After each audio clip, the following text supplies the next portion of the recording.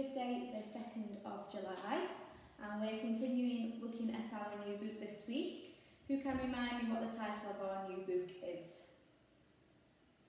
It's The Great Fire of London. And did we say our new book was a fiction or a non-fiction book?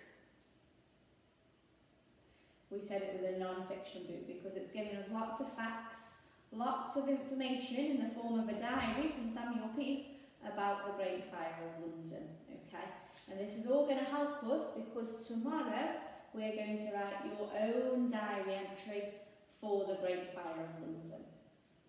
Okay, so yesterday, using your suffixes, remember the group of letters that go on the end of our words, using your suffixes S and you created some super adjectives to describe the Great Fire of London. Can you remember what some of those were? Okay, so some of them were hot, hottest. Other adjectives were strong, other adjectives were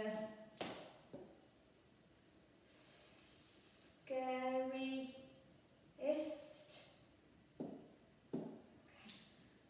And I'm sure you can remember lots more of your adjectives that you created yesterday to describe the Great Fire of London using our suffixes.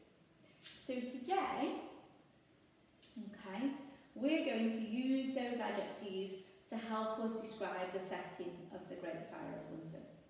Your first task today then is you've got the pictures from the Great Fire of London. You retold these pictures to a family member on Tuesday. Okay. So what I want you to do for your first activity, just to remind yourself about the Great Fire of London and what happens, you can retell the events to somebody in your house or retell them to yourself and then match the events to the correct sentence, which is explaining what happens in the Great Fire of London. Okay, so the winds helped the fire to move from house to house. Okay, that was one of the first things in the Great Fire of London. The fire got St Paul's Cathedral. And that's that picture there.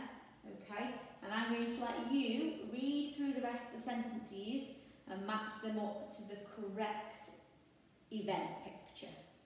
Okay.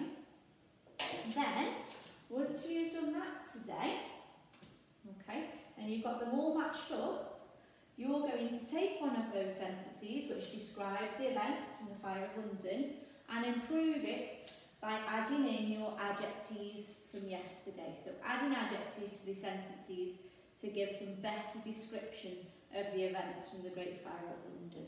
So Miss Burrows is going to take this first sentence, because Miss Burrows has already matched that up. The winds helped the fire to move from house to house. What could Miss Burrows describe in that sentence? I think I could add some adjectives to describe the wind. I think I could add some adjectives to describe the fire. Definitely, because we wrote our adjectives yesterday to describe the Great Fire of London. So Miss Burrows, in her best handwriting, is now going to copy out that sentence, but adding in some adjectives to create better description. How could I describe that wind? Let me think about the adjectives that we came up with yesterday.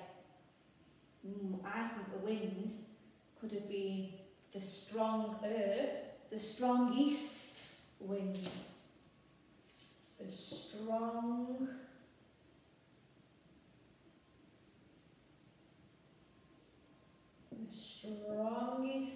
wind helped the fire. Now, Miss Burrows isn't just going to put fire. How could Miss Burrows describe that fire? What adjectives could she choose to really describe the Fire of London? Let's go back to our learning from yesterday. How could we have described the fire?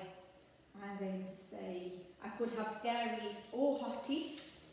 I'm going to go for hottest. The strongest wind helps the hottest fire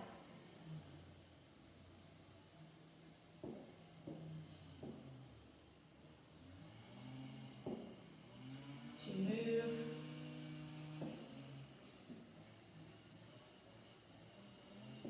from house to, oh, this one isn't quite got in the lines, house.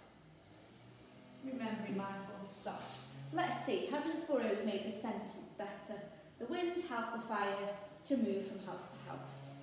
Have I added some adjectives to describe my setting better? The strongest wind helped the hottest fire to move from house to house.